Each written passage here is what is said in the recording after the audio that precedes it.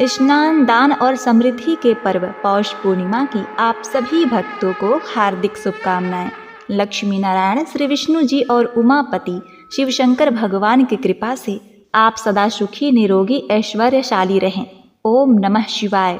हर हर गंगे। प्रिय भक्तों, पौष पूर्णिमा का वो विशेष दिन जिस दिन आदि शक्ति माँ जगदम्बा ने माँ शाकंभरी के रूप में अवतरित हुई, यह तिथि अत्यंत ही शुभकारी है, जो न केवल हमारी परंपराओं का प्रतीक है बल्कि यह सुख, शांति, समृद्धि प्रदान करती है। साथ ही मोक्ष का द्वार खुल जाता है। इस दिन स्नान, दान, व्रत, कथा श्रवण, चंद्र दर्शन का बड़ा विशेष महत्व होता है। चंद्रमा से आरोग्य, गंगा स्नान से मोक्ष प्राप्ति, दान से सुख, धन, लक्ष्मी की प्राप्ति, कथा श्रवण करने से भक्ति और सुख शांति की प्राप्ति होती है। और कथा को आधा अधूरा सुनना दुर्भाग्यपूर्ण जीवन का प्रतीक माना जाता है। इसलिए भक्तों, कथा को पूरा सुने।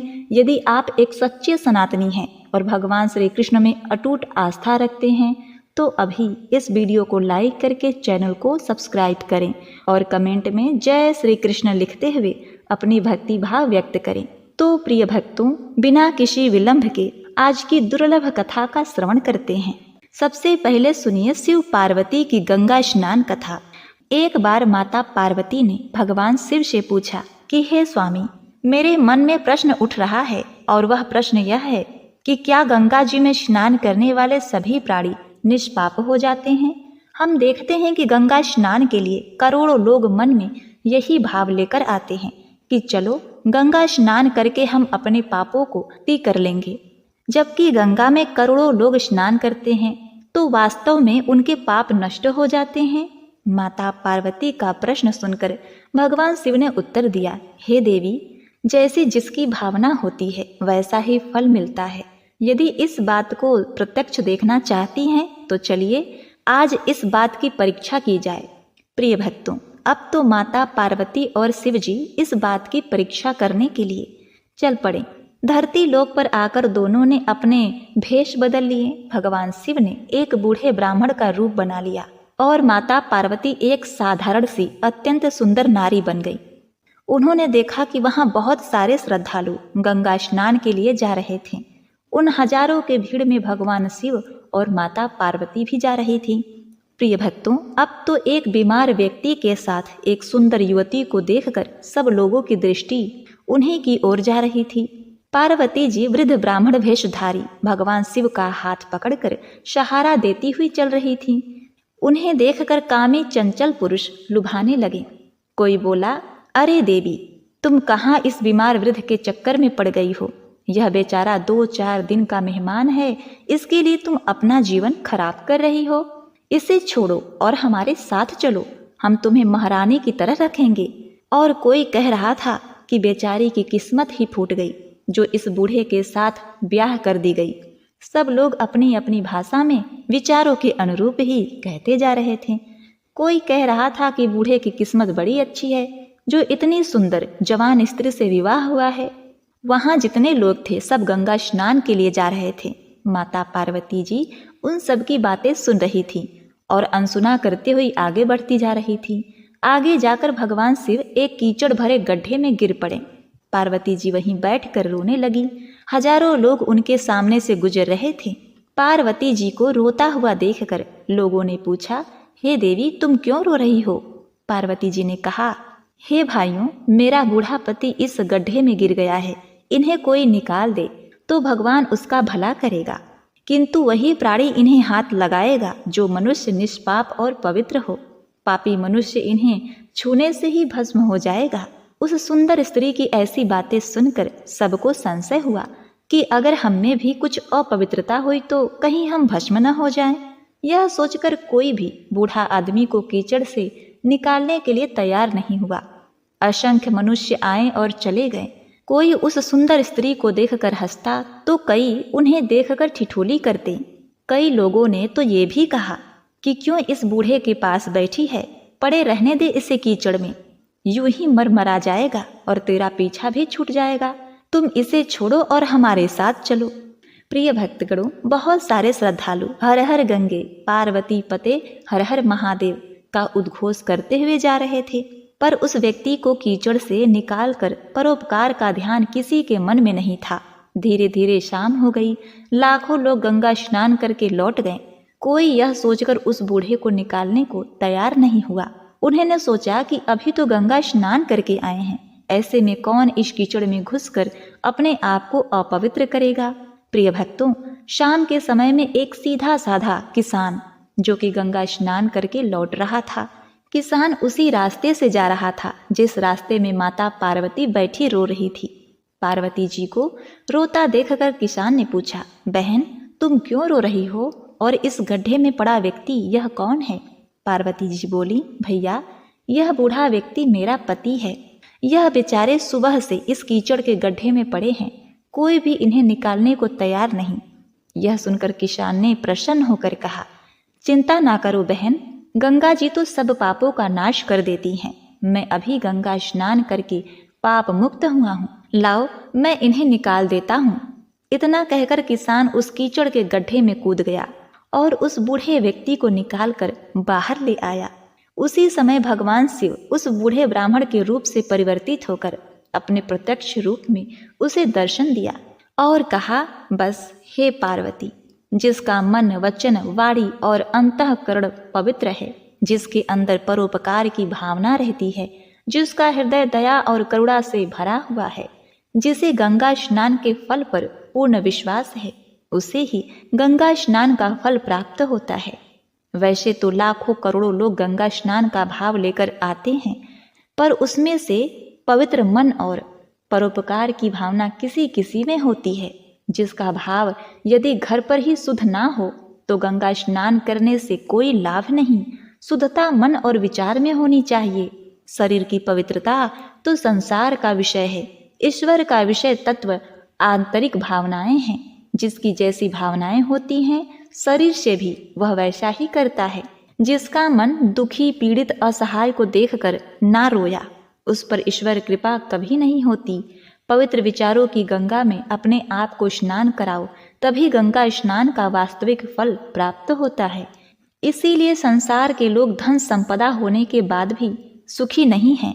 कारण यह है कि मन की स्थिरता, विचारों का बिखराव, भावों की अशुद्धता और गंगा स्नान से उन्हीं भक्तों को पापों से निवृत्ति मिलती है जिनका मन पवित्र और अंतरात्मा परोपकार की भावना से भरी रहती है। तो प्रिय भक्तगणों, इस प्रकार माता पार्वती और शिव जी ने पूर्णिमा के दिन ही उस किसान को भरपूर आशीर्वाद दिया। आगे शिव और पार्वती जी ने उस किसान को दीर्घ आयु और सुख समृद्धि का आशीर्वाद दिया और वहां से कैलाश पर्वत के लिए अंतर ध्यान हो गए। तो प्रिय भक्तगणों, यह था शिव पार्वती गंगा स्नान कथा। अब पूर्णिमा की सबसे प्रमुख कथा का श्रवण करते हैं। कर कमलों में कमल सजे, रक्त वर्ण है भेष, तेरे सुमिरन से मिटते पल में कष्ट कलेश।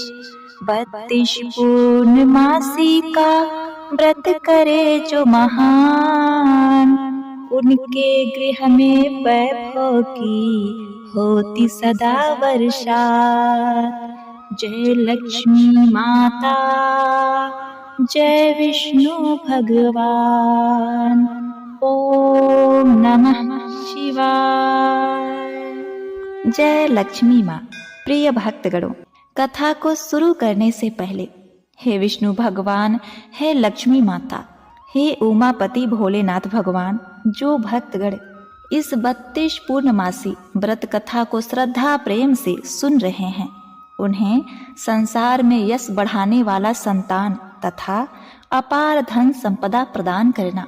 गणेश भगवान की जय। पद्म पुराण के अनुसार द्वापर युग में एक समय की बात है। यशोदा जी ने कृष्ण जी से कहा, हे कृष्ण, तुम सारे संसार के उत्पन्न करता, पोषक तथा उसके संहार करता हो। आज कोई ऐसा व्रत मुझसे कहो जिसके करने से मृत्यु लोक में स्त्रियों को विधवा होने का भय न रहे तथा यह व्रत सभी मनुष्यों की मनोकामनाएं पूर्ण करने वाला हो। कृष्ण कहने लगे, हे माता, तुमने अति सुंदर प्रश्न किया है। मैं तुमसे ऐसे ही व्रत को विस्तार पूर्वक कहता हूँ। हे माँ, सौभाग्य की प्राप्ति के लिए स्त्रियों को 32 पूर्णमासियों का व्रत करना चाहिए। इस व्रत के करने से स्त्रियों को सौभाग्य संपत्ति मिलती है। यह व्रत अचल सौभाग्य देने वाला एवं भगवान शिव के प्रति मनुष्य मात्र की भक्ति को बढ़ाने वाला है। यशोदा जी कहने लगी, हे कृष्ण, सर्वप्रथम इस व्रत को मृत्यु लोक में किसने किया था, इसके विषय में विस्तार पूर्वक मुझसे कहो। तब भगवान श्री कृष्ण कहने लगे कि इस भूमंडल पर एक अत्यंत सुप्रसिद्ध राजा चंद्रहास थे। उनकी बहुत ही सुंदर कार्तिका नाम की एक नगरी थी। वहां पर धनेश्वर नाम का एक ब्राह्मण रहता था और उसकी स्त्री अति सुशीला रूपवती थी। दोनों ही उस नगर में बड़े प्रेम के साथ रहते थे। घर में धन धान आदि की कमी नहीं थी, किंतु उनको एक बहुत बड़ा दुख था कि उनके कोई संतान नहीं थी। इस दुख से वह अत्यंत दुखी रहते थे। एक समय एक बड़ा तपस्वी योगी उस नगर में आया। वह योगी उस ब्राह्मण के घर को छोड़कर अन्य सभी के घरों से भिक्षा लाकर भोजन किया करता था। रूपवती से वह भिक्षा नहीं लिया करता था। उस योगी ने एक दिन रूपवती से भिक्षा न लेकर किसी अन्य घर से भिक्षा लेकर गंगा किनारे जाकर प्राप्त भिक्षा को प्रेम पूर्वक खा रहा था। अब क्या था, धनेश्वर ने योगी का यह सब कार्य किसी प्रकार से देख लिया। अपने घर भिक्षा ना लेने और अपने अनादर से दुखी होकर धनेश्वर योगी से बोला, महात्मन, आप सब घरों में भिक्षा लेते हैं, परंतु मेरे घर की भिक्षा कभी नहीं लेते। इसका कारण क्या है? योगी ने कहा कि निसंतान के घर की भिक्षा पतितों के अन्न के तुल्य होता है। ये पाप के समान है और जो पतितों का अन्न खाता है वह भी पतित हो जाता है। चूंकि तुम निसंतान हो, अतः पतित हो जाने के भय से मैं तुम्हारे घर की भिक्षा नहीं लेता हूँ। धनेश्वर यह बात सुनकर अपने मन में बहुत दुखी हुआ और हाथ जोड़कर योगी के पैरों में गिर पड़ा तथा बड़े ही दुखी भाव से विनती करने लगा। उसने कहा, हे महाराज, यदि ऐसा है तो आप मुझको पुत्र प्राप्ति का उपाय बताइए। आप सर्वज्ञ हैं, सब कुछ जानते हैं, मुझ पर अवश्य ही यह कृपा कीजिए। धन की मेरे घर में कोई कमी नहीं है, परंतु मैं पुत्र न होने के कारण अत्यंत दुखी हूँ और मेरी पत्नी भी अत्यंत दुखी रहती है। आप मेरे इस दुख का हरण करें, आप सामर्थ्यवान हैं। यह सुनकर योगी कहने लगे, हे ब्राह्मण, तुम चंडी की आराधना करो। अब क्या था, उस ब्राह्मण ने उस महात्मा को प्रणाम किया और घर आकर उसने अपनी स्त्री से सब वृत्तांत कहा और स्वयं तप के निमित्त वन में चला गया। प्रिय भक्तगणों, अब आगे सुनिएगा। वन में जाकर उसने चंडी की आराधना की और उपासना किया। चंडी ने 16वें दिन उनको स्वप्न में दर्शन दिया और कहा, हे धनेश्वर, जा, तेरे पुत्र होगा, परंतु वह 16 वर्ष की आयु में ही मृत्यु को प्राप्त हो जाएगा। यदि तुम दोनों स्त्री पुरुष 32 पूर्णमासियों का व्रत विधि पूर्वक करोगे तो वह दीर्घ आयु होगा। जितनी तुम्हारी सामर्थ्य हो, आटे के दिए बनाकर शिव जी का भजन करना। 32 पूर्णमासियों के दिन विधि पूर्वक पूजा करना। प्रातः काल होने पर इसी स्थान के समीप ही तुम्हें एक आम का वृक्ष दिखाई देगा। उस पर तुम चढ़कर एक फल तोड़कर शीघ्र अपने घर ले जाना। अपनी स्त्री से सब वृत्तांत कहना। ऋतु स्नान के पश्चात वह स्वच्छ होकर श्री शंकर जी का ध्यान करके इस फल को खा लेगी। तब शंकर भगवान की कृपा से उसको गर्भ हो जाएगा। जब वह ब्राह्मण प्रातः काल उठा तो उसने उस स्थान के पास ही एक आम का वृक्ष देखा, जिस पर एक अत्यंत सुंदर आम का फल लगा हुआ था। उस ब्राह्मण ने उस आम के वृक्ष पर चढ़कर उस फल को तोड़ने का प्रयास किया, परंतु वृक्ष पर कई बार प्रयत्न करने पर भी वह चढ़ नहीं पाया। तब तो उस ब्राह्मण को बहुत चिंता हुई और विघ्न विनाशक श्री गणेश जी की वंदना करने लगा। उसने कहा, हे दयानिधि, अपने भक्तों के विघ्नों का नाश करके उनके मंगल कार्य को करने वाले, दुष्टों का नाश करने वाले, रिद्धि सिद्धि के देने वाले, आप मुझ पर कृपा करके इतना बल दें कि मैं अपने मनोरथ को पूर्ण कर सकूं। इस प्रकार गणेश जी की प्रार्थना करने पर उनकी कृपा से धनेश्वर वृक्ष पर चढ़ गया और उसने एक अति सुंदर आम का फल देखा। उसने विचार किया कि जो वरदान से फल मिला था वह यह है और कोई फल दिखाई नहीं देता। इसीलिए उस धनेश्वर ब्राह्मण ने जल्दी से उस फल को तोड़कर अपने स्त्री को लाकर दिया और उसकी स्त्री ने अपने पति के कहे अनुसार उस फल को खा लिया और वह गर्भवती हो गई। देवी जी की असीम कृपा से उसे एक अत्यंत सुंदर पुत्र उत्पन्न हुआ, जिसका नाम उसने देवी दास रखा।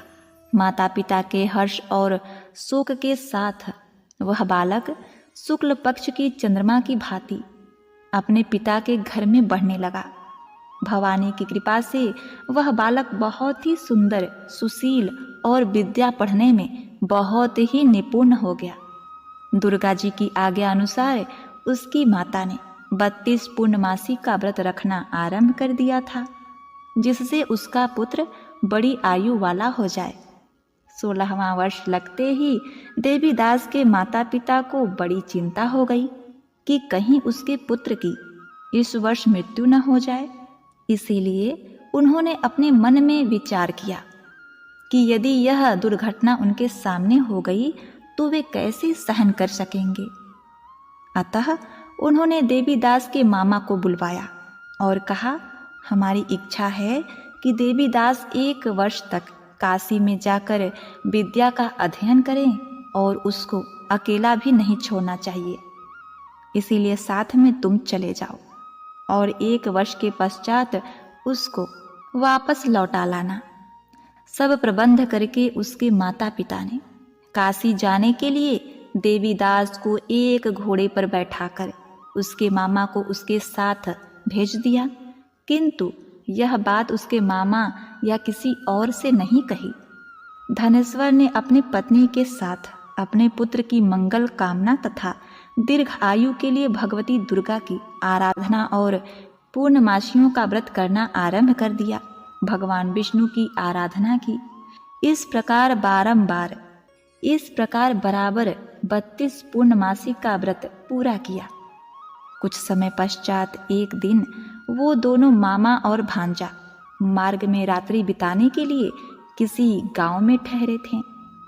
उस दिन उस गांव में एक ब्राह्मण की अत्यंत सुंदरी, सुशीला, विदुषी और गुणवती कन्या का विवाह होने वाला था। जिस धर्मशाला के अंदर वर और उसकी बारात ठहरी हुई थी, उसी धर्मशाला में देवीदास और उसके मामा भी ठहरे हुए थे। संयोगवश कन्या को तेल आदि चढ़ाकर मंडप आदि का कृत किया गया तो लग्न के समय पर वर को मृगी का दौरा पड़ा। वर के पिता ने अपने कुटुंब से परामर्श करके निश्चय किया कि यह देवीदास मेरे पुत्र जैसा ही सुंदर है, मैं उसके साथ ही लग्न कर देता हूँ और बाद में विवाह के अन्य कार्य मेरे लड़के के साथ हो जाएंगे। ऐसा सोचकर देवीदास के मामा से जाकर वह व्यक्ति बोला कि तुम थोड़ी देर के लिए अपने भांजे को हमें दे दो, क्योंकि मेरे पुत्र को मृगी का दौरा पड़ा है, उसके साथ लग्न नहीं हो सकता। यदि इस बात का पता लड़की वालों को चलेगा तो हमारी बदनामी होगी और इतना अच्छा रिश्ता टूट जाएगा। तब उसका मामा कहने लगा कि जो भी कुछ कन्यादान के समय वर को मिलेगा सब कुछ हमें दे दिया जाए तो मेरा भांजा इस बारात का दूल्हा बन जाएगा। यह बात सुनकर वर के पिता ने स्वीकार कर देवीदास को अपने बेटे के रूप में दूल्हा बना दिया और इसके साथ सब विवाह कार्य रात्रि में विधि पूर्वक संपन्न हो गया। पत्नी के साथ वह भोजन न कर सका और अपने मन में सोचने लगा कि न जाने यह स्त्री कैसी होगी। वह एकांत में इन्हीं सब बातों को सोचने लगा तथा उसकी आंखों से आंसू भी आ गए। तब बधू ने पूछा कि क्या बात है, आप इतने उदासीन और दुखी क्यों हो रहे हैं।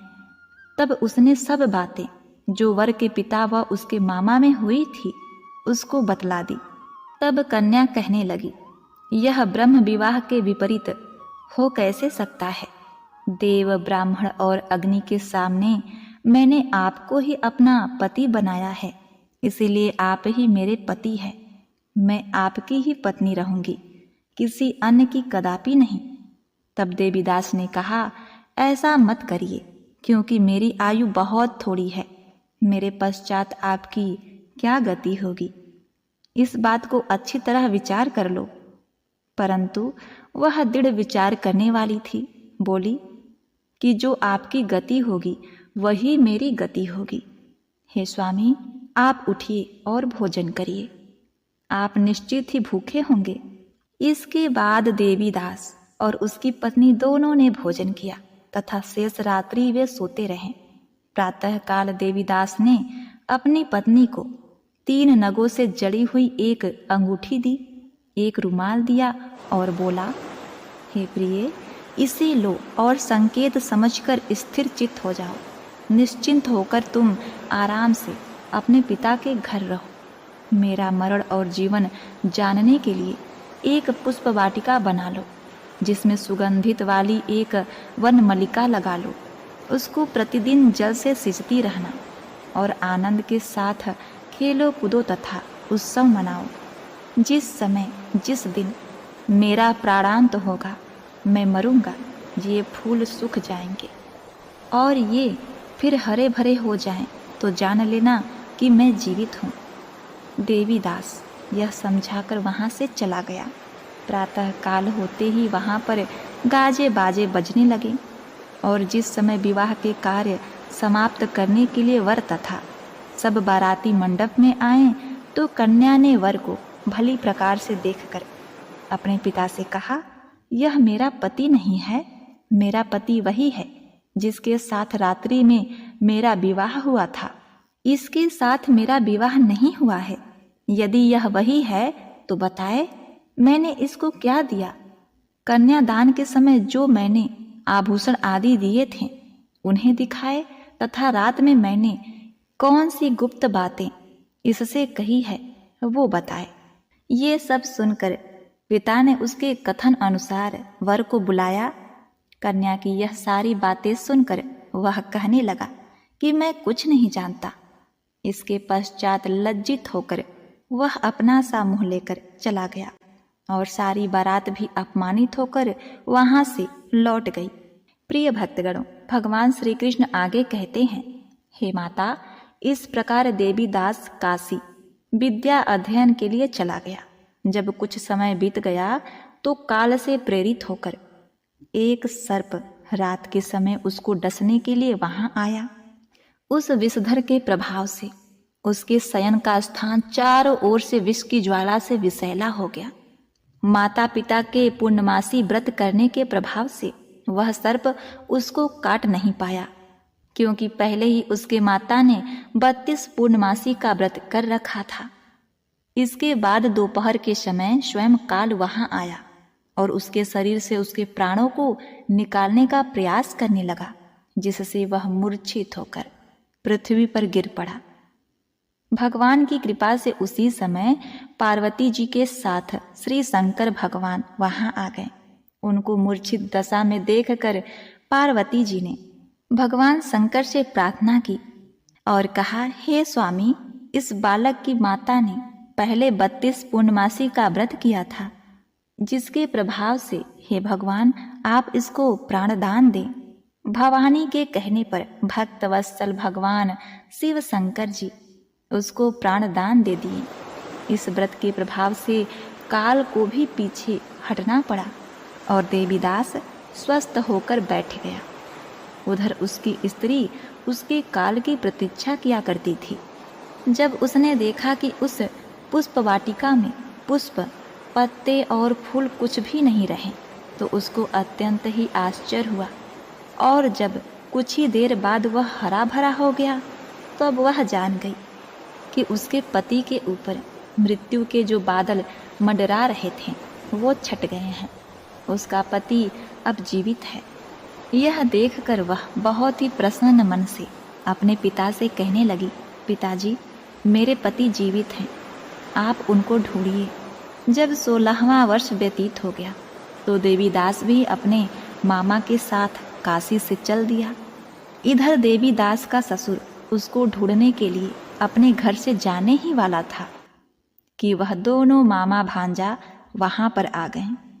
उनको आया देखकर उनका ससुर बहुत ही प्रसन्नता के साथ अपने घर ले गया। उस समय नगर के निवासी भी वहां इकट्ठा हो गए और सबने निश्चय किया कि अवश्य ही इसी बालक के साथ इस कन्या का विवाह हुआ था। इसके पश्चात सभी भगवान विष्णु को और शिव जी को धन्यवाद करने लगे। माता भवानी को बारंबार प्रणाम करने लगे। सभी नगरवासी आनंदित हो गए। अब क्या था, देवीदास की पत्नी सौभाग्यवती हुई। कुछ दिन बाद देवीदास अपनी पत्नी और मामा के साथ अपने ससुर के घर से बहुत सा उपहार और धन लेकर अपने घर के लिए प्रस्थान किया।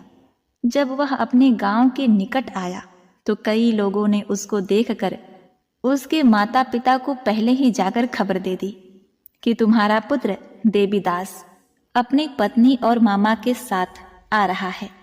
ऐसा समाचार सुनकर पहले तो उन्हें विश्वास ही नहीं हुआ, किंतु जब और लोगों ने भी आकर उनकी बात का समर्थन किया तो उनको बड़ा आश्चर्य हुआ। लेकिन थोड़ी देर में देवीदास ने आकर अपने माता पिता के चरण में अपना सिर रखकर प्रणाम किया और उसकी पत्नी ने अपने सास ससुर के चरणों को स्पर्श किया तो माता पिता ने अपने पुत्र और वधू को अपने हृदय से लगा लिया और दोनों के आंखों में खुशी के आंसू बह चले। अपने पुत्र और पुत्र वधू के आने की खुशी में धनेश्वर ने बड़ा भारी उत्सव किया और ब्राह्मणों को भी बहुत सा दान दक्षिणा देकर प्रसन्न किया। प्रिय भक्तों, भगवान श्री कृष्ण कहने लगे कि इस प्रकार धनेश्वर 32 पूर्णमासियों के व्रत के प्रभाव से पुत्रवान हो गया। जो भी स्त्रियां इस व्रत को करती हैं वे जन्म जन्मांतर में वैधव्य का दुख नहीं भोगती और सदैव सौभाग्यवती रहती हैं।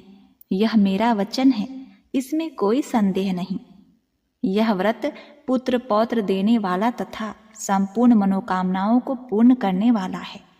32 पूर्णमासियों के व्रत से व्रती की सभी इच्छाएं भगवान शिव जी की कृपा से पूर्ण हो जाती हैं। हे करुणा निधान, हे भोलेनाथ, हे जगतपति, जय गणेश भगवान।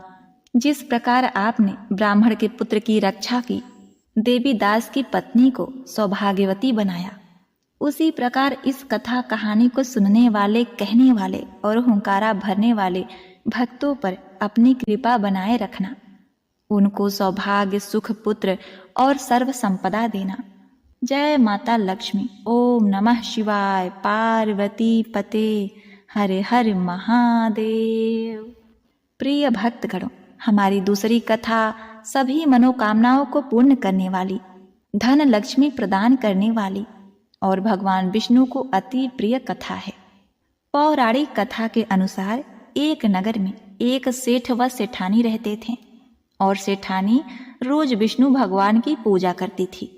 सेठ को उसका पूजा करना बिल्कुल भी अच्छा नहीं लगता था। इसी वजह से एक दिन सेठ ने सेठानी को घर से निकाल दिया। घर से निकलने पर वह जंगल की ओर गई तो देखा 4 आदमी मिट्टी खोदने का काम कर रहे थे। सेठानी ने कहा, हे भाई, मुझे नौकरी पर रख लो। ऐसा सुनकर उन चारों लोगों को सेठानी पर दया आ गई। उन्होंने उसे रख लिया, लेकिन मिट्टी खोदने से सेठानी के हाथों में छाले पड़ गए और उसके बाल भी उड़कर बिखर गए। वह आदमी कहने लगे, बहन, लगता है तुम किसी अच्छे घर की महिला हो, तुम्हें काम करने की आदत नहीं।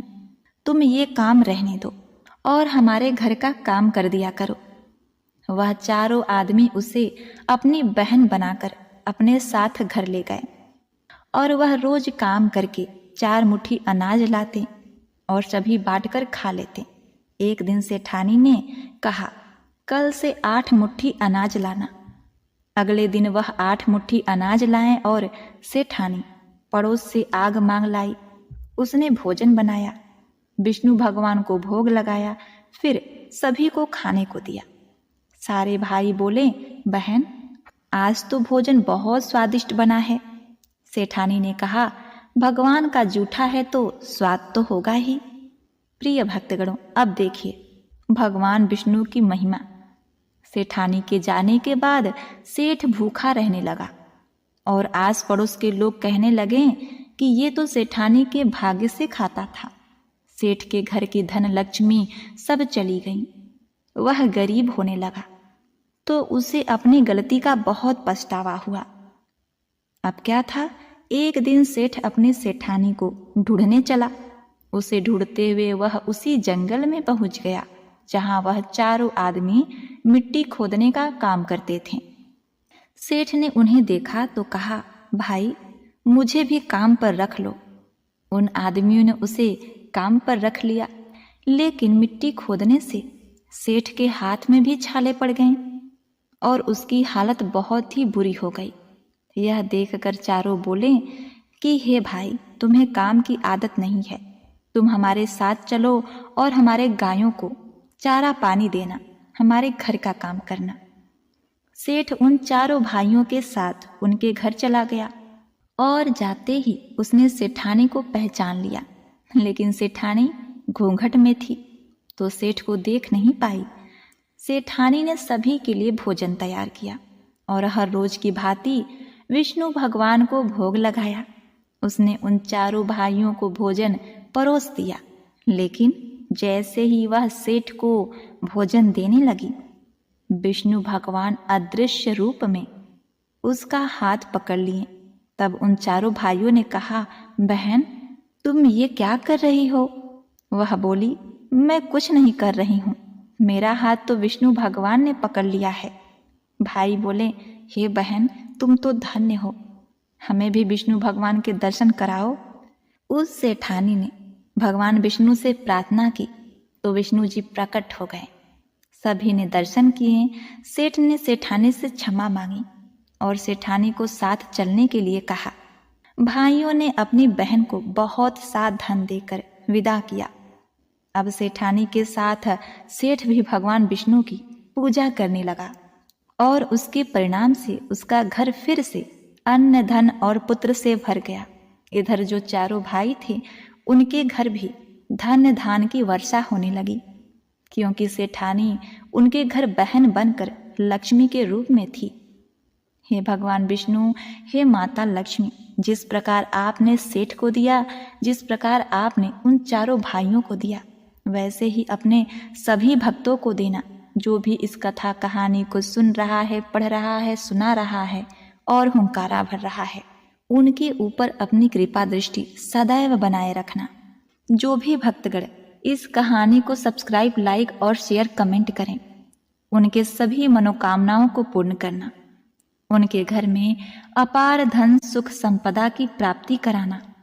प्रिय भक्तगणों, अब आइए श्रवण करते हैं भगवान विष्णु जी की चालीसा। विष्णु सुनिए विनय सेवक की चितलाय, कीरत कुछ वर्णन करूं दीजय ज्ञान बताए। नमो विष्णु भगवान खरारी, कष्ट न सावन अखिल बिहारी। प्रबल जगत में शक्ति तुम्हारी, त्रिभुवन फैल रही उजियारी। सुंदर रूप मनोहर सूरत, सरल स्वभाव मोहिनी मूरत। तन पर पीतांबर अति सोहत, बैजंती माला मन मोहत। शंख चक्र कर गदा विराजे, देखत दैत्य असुर दल भाजे। सत्य धर्म मद लोभ न गाजे, काम क्रोध मद लोभ न छाजे। संत भक्त सज्जन मन रंजन, दनुज असुर दुष्टन दल गंजन। सुख उपजाय कष्ट सब भंजन, दोष मिटाय करत जन सज्जन। पाप काट भव सिंधु उतारण, कष्ट नाश कर भक्त उबारण। करत अनेक रूप प्रभु धारण, केवल आप भक्ति के कारण। धरणी धेनु बन तुम ही पुकारा, तब तुम रूप राम का धारा। भार उतार असुर दल मारा, रावण आदिक को संहारा। आप बराह रूप बनाया, हिरणाक्ष को मार गिराया। धर्मत्स तन सिंधु बनाया, 14 रतन को निकलाया। अखिल असुरन द्वंद्व मचाया, रूप मोहिनी आप दिखाया। देवन को अमृत पान कराया, असुरन को छवि से बहलाया। कुरुमुरूप धर सिंधु मझाया, मंदराचल गिरि तुरत उठाया। शंकर का तुम फंद छुड़ाया, भस्मासुर को रूप दिखाया। वेदन को जब असुर डुबाया, कर प्रबंध उन्हें छुड़वाया। मोहित बन कर खल ही मचाया, उस ही कर से भस्म कराया। असुर जलंधर अति बलिधाई, शंकर से उन्हें किन्हीं लड़ाई। हार पार शिव सकल बनाई, किन सती से छल खल जाई। सुमिरन कीन्ही तुम्हें शिवरानी, बतलाई सब विपत कहानी। तब तुम बने मुनीश्वर ज्ञानी, वृंदा की सब सूरत भुलानी। देखत तीन दनुज सैतानी, वृंदा आय तुम्हें लपटानी। होश स्पर्श धर्म क्षति मानी, हना असुर उर शिव शैतानी। तुमने ध्रुव प्रहलाद उबारे, हिरणाकुश आदिक खल मारे। गणिका और अजामिल तारे, बहुत भक्त भव सिंधु उतारे। हरहु सकल संताप हमारे, कृपा करहु हरि सिरजनहारे।